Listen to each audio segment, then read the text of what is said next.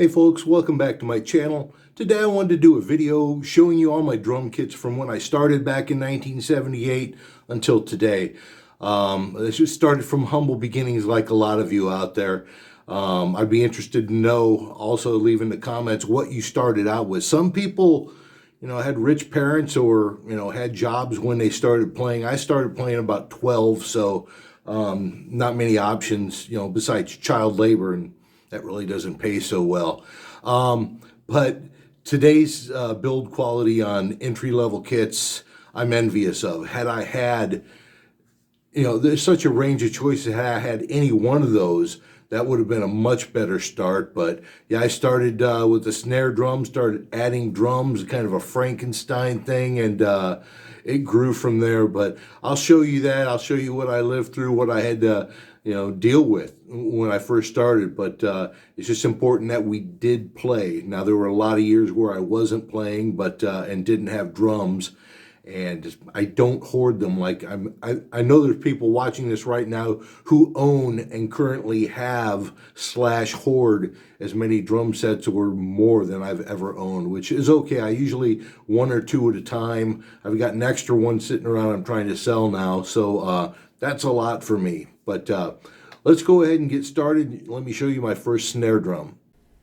Okay, so let's go back in time in the DeLorean to about 1977-78 when I discovered Kiss. About Kiss Alive is my first album.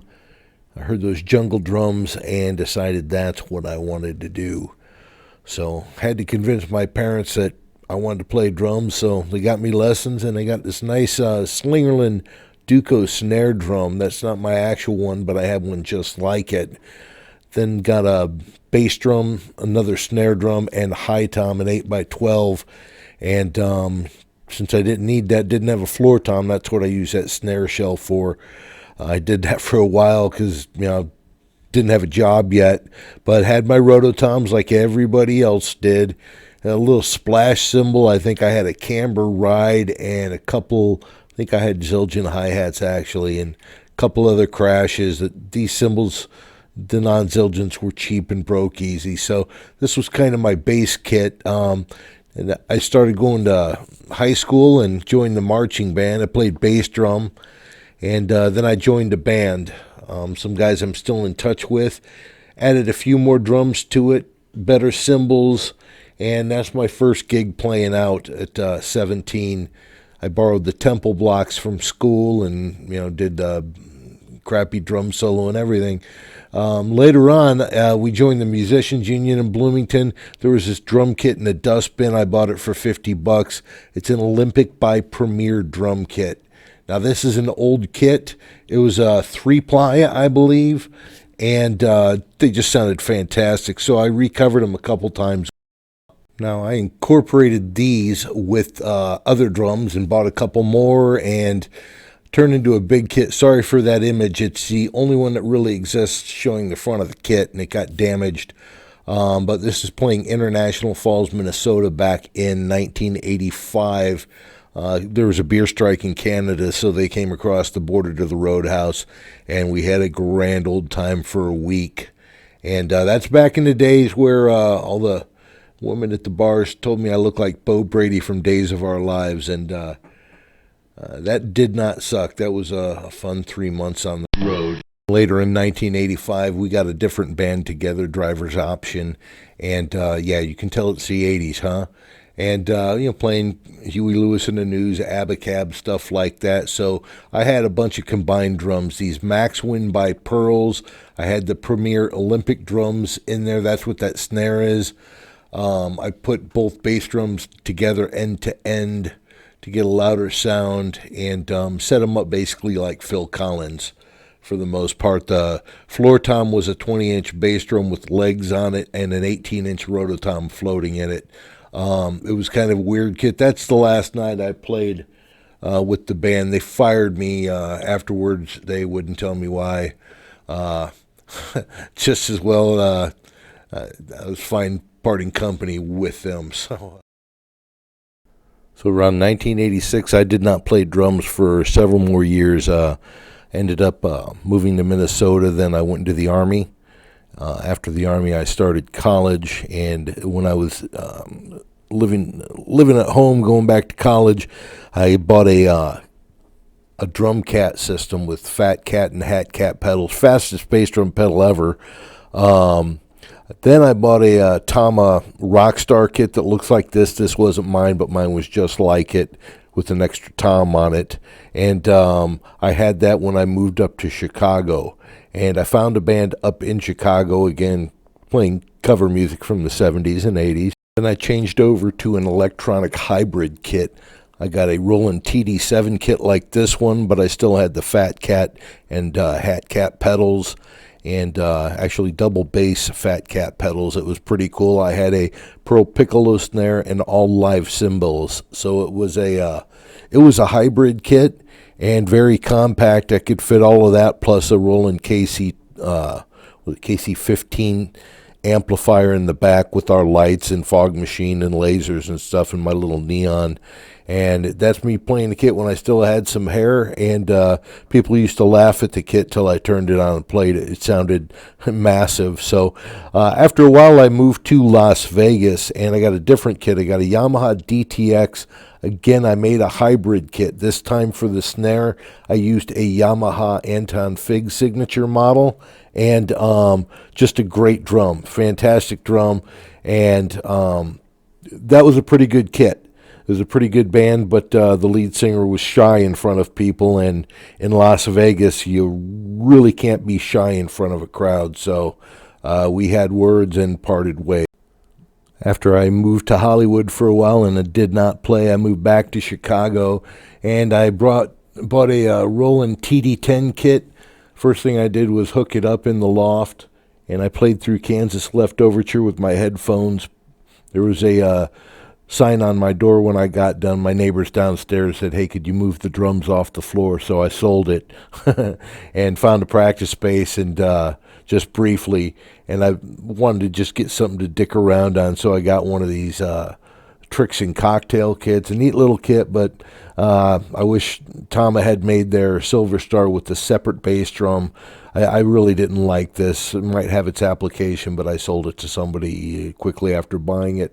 Now, I did move to another place where I cannot play drums, and I still bought a Tama kit. It's an Art Star 2, and the reason I bought this is to build a Bill Bruford replica kit with the rototoms. Now, I just took those toms off the drums and bought a couple of 14-inch chrome rototoms and an 18-inch non-Remo cheapo rototom and a Black Beauty snare, and I bought some Paiste 2002 Sound Edge hi-hats. I was ready to go, and was getting ready to get some practice space, and I had to move again. So, but that was a great drum, that Black Beauty snare drum. Barely has any time on it, and that's the kit from Overhead.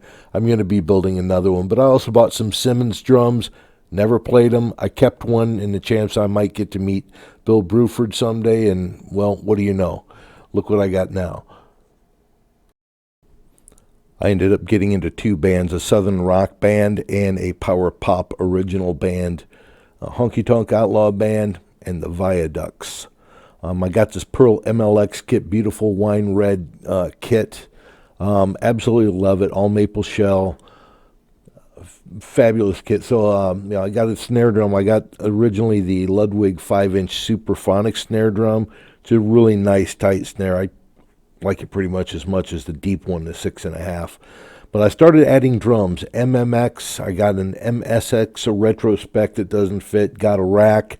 I ended up with a total of 8 toms. In the next picture, there's one that I think, that's before I bought the 18-inch floor tom, so it was ridiculous. I bought another Anton Fig maple snare. Just absolutely love it, but I toted that kit around twice, and that was pretty much it. I played out a couple gigs with the Viaducts on this tiny little thing with one stand. Ended up trading both of those kits in straight up for this Gretsch Renown 1957. This drum kit, I never touched it with my bare hands. Came out of I always have white gloves on, no matter what. Never touched it with my bare hands. I traded it up after I shot these pictures for the Viaducts CD, and I actually recorded that CD on the MMX or MLX kit. But I ended up trading those drums in, moved up to Wisconsin, and traded those Gretsch drums in for this beautiful Thomas Starr Classic birch kit, 8, 10, 12, 14-inch toms, I believe a 5 or 5.5-inch snare, and a 20-inch bass drum. This thing looked beautiful. It sounded just incredible. And I played that one for a little while. I don't think I ever gigged on it. That was in the rehearsal space most of the time, but just a wonderful, wonderful drum kit. I'd left both bands and moved back to Central Illinois, and the Southern Rock band had replaced me, but that drummer left, so they needed me to play 2 gigs. The first gig I didn't have a kit. The second one I ordered this kit. It's the only gig I ever played this drum set at.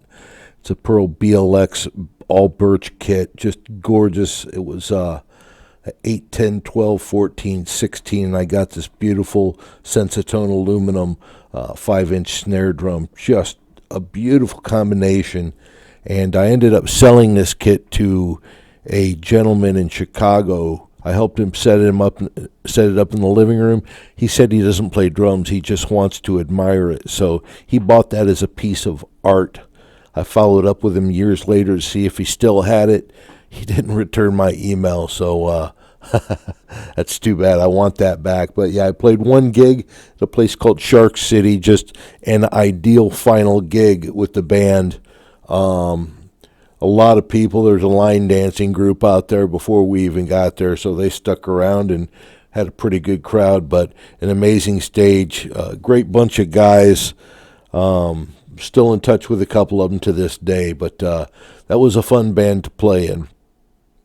Now, I had to keep playing, so I got just another simple kit here. I got a surf kit.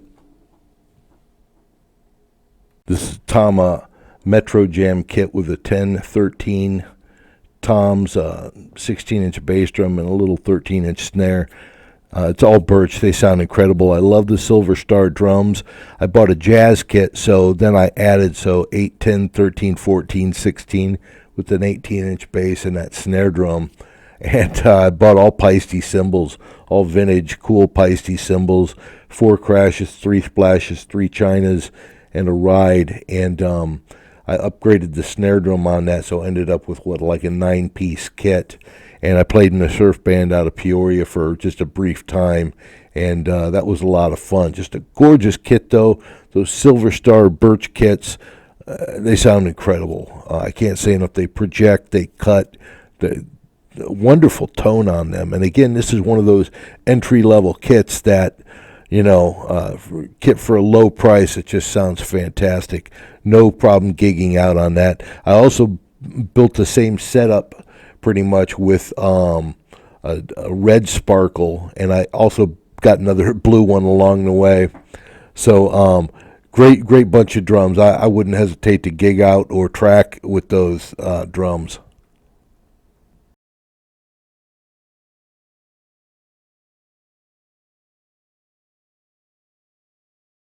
Just as that red BLX kit was something very special, so is this one. This is Lucille, the first kit I really named.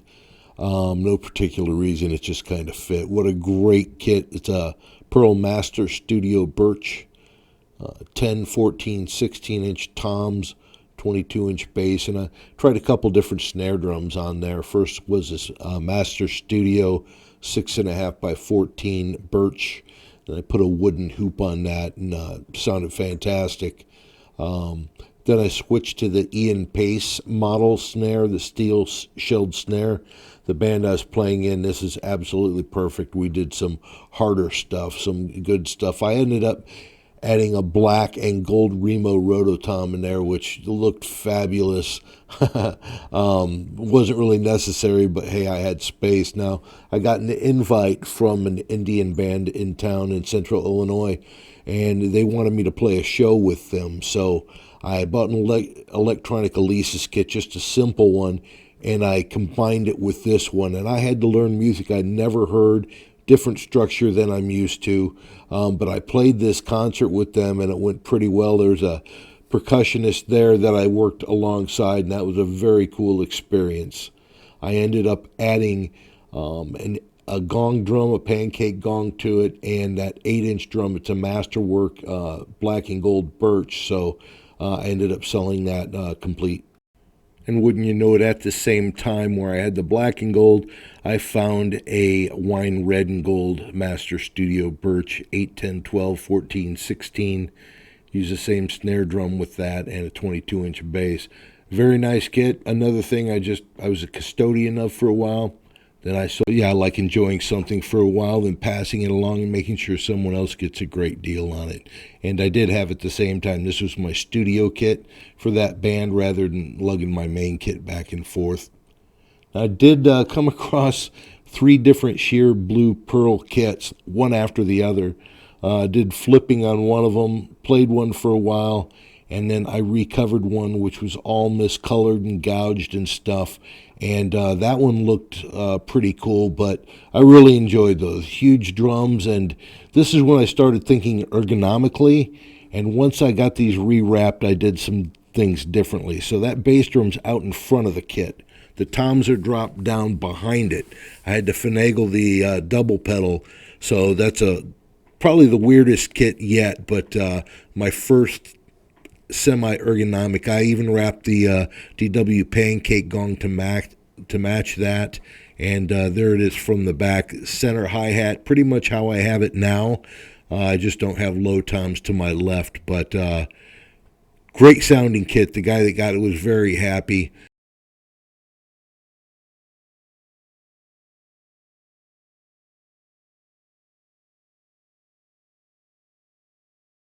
So here's an impulse buy I saw on Facebook Marketplace. It's the 2016 Condition Human Queensryche Tour Kit.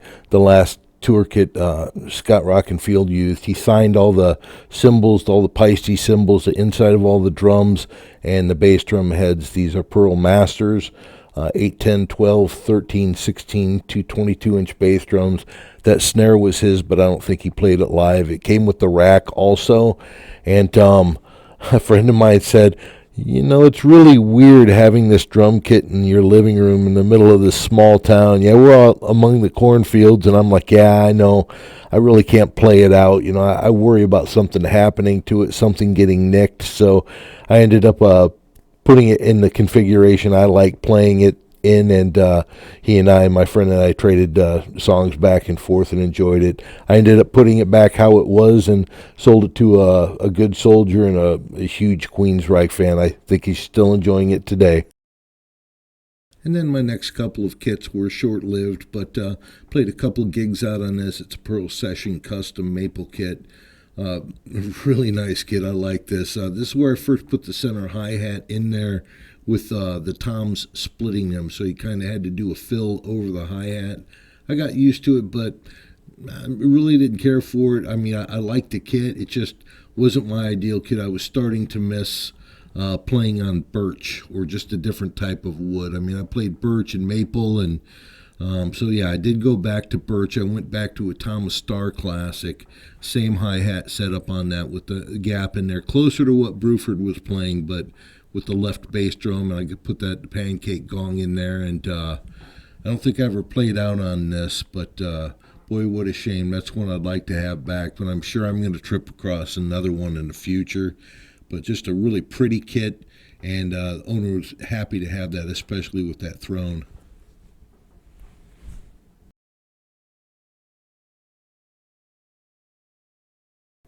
So I was doing some more impulse shopping online, and I saw a Guitar Center in Florida had this. It's a D-Drum Dios kit in bottom sizes. So, of course, I looked online like a geek and tried to find specs for it.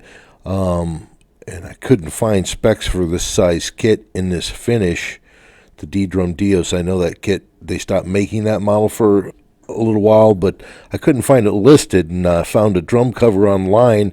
And I said, man, that looks like the same kit. I contacted the dude. Yeah, he used to work for D-Drum.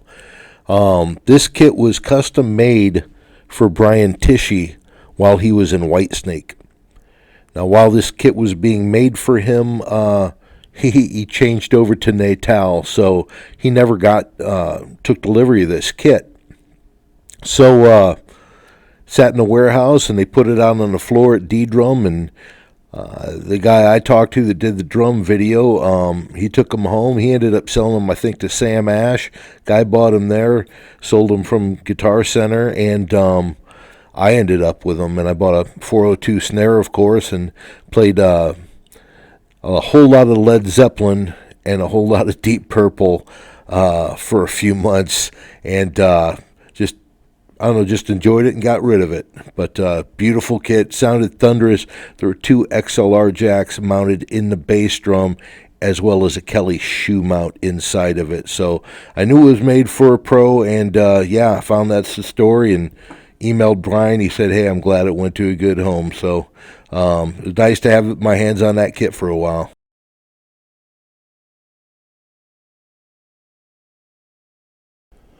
She's dark, mysterious, dangerous, and sexy. Pulp Fiction fans will get the reference. This is Esmeralda. Was going to go back to Birch, but wanted to try something different, so decided to put together a Mahogany Kit. Now, I bought 3 separate Mahogany Kits to get the sizes I wanted. Had 18, 20, and 22-inch bass drums, an extra 10 and 12 and 13 and 15 floor toms, in addition to the 14 and 16 here, and the 8-inch tom. And I bought a 6-inch Philharmonic just to have a 6-inch African mahogany drum, but didn't end up using that very much. So this kit is very versatile. Well, I keep the left bass drum and center hi-hat and flat toms pretty much the same. I change the configuration on this kit all the time. Here you see it with 2 Pearl Rocket toms and Evans UV2 heads, which I love. I've tried different heads on these. They all sound great, but this drum kit is just it's the best of the bunch so far. That 5.5-inch snare drum is dynamite. Here it is dressed up as a 1-up, 2-down, one not very high up, but with the 20-inch bass drum. And I put the Rocket toms up a little bit. Just wanted to have something really compact on a stage. Did a couple gigs like that, and the sound man really enjoyed this drum set. Everybody that's heard this drum set really likes it. The Mahogany is just, it's a world of its own. Can't say enough about it. It's consistent. They stay in tune well. The head choice that I have on there with those Evans UV2s, just incredible. I've used Remo on this too. All good. And I'm using the Zildjian Rezo cymbals on this. I do have a regular medium crash on here. And I really, really enjoy this. There's a 18-inch bass drum, 6-piece setup that I used outside in Champaign a few months ago. And then here it is set up with the 18-inch bass drum in a regular 5-piece configuration with a regular hi-hat stand. That's really weird from me, but no matter how you set this thing up, it sounds good. It's nice having all those toms and all those drums and bass drums to be able to select kits from that I want to take out as the mood suits me. I've tried different snare drums. Here's a 6.5-inch Sensitone, and my number 2, which is sometimes my number 1, is this Pearl Session Studio Select, and I can't say enough about it. Just, it's amazing. For some reason, I thought I needed another compact rehearsal kit. Bought this Sonar inexpensive jazz kit, 12-14 toms, 13-inch snare, 18-inch bass drum. Great little kit. Snare drum left a lot to be desired. That didn't stay here long.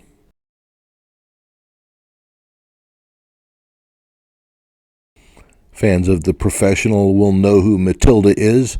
This is another freak show kit, a Pearl SPX Prestige Session Kit. It's birch and mahogany.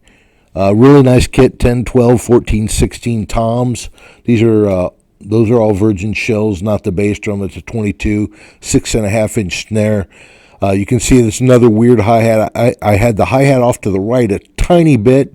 Had to move the toms over. I didn't like the way I had to sit kind of diagonally on this, but set up like a regular kit, this plays just fine. It sounds wonderful. This one is for sale.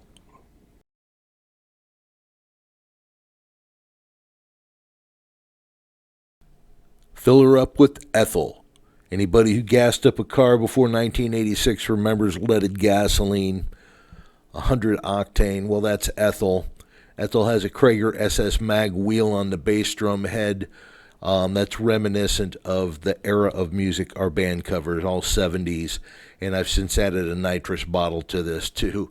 This is a Yamaha Tour Custom Series 8000 from 88-89. It's a birch and mahogany alternating plies, 12, 14, 16, and 18 toms with a remote 22-inch bass drum, and it's a newer Tour Custom maple snare on that.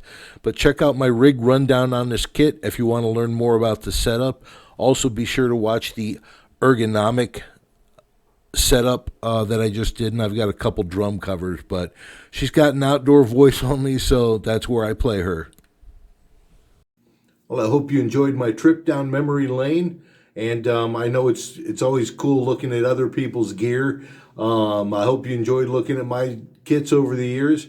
Let me know what you started out on. I mean, did you start out on a really good kit, a vintage kit at the time, or just kind of a Frankenstein parts monster like I put together in the beginning? Let me know. Give me your comments. If you want to be notified of future videos, click the bell icon. Subscribe if you haven't. And if you like the video, click like. I appreciate it. Thanks for stopping by. We'll see you again.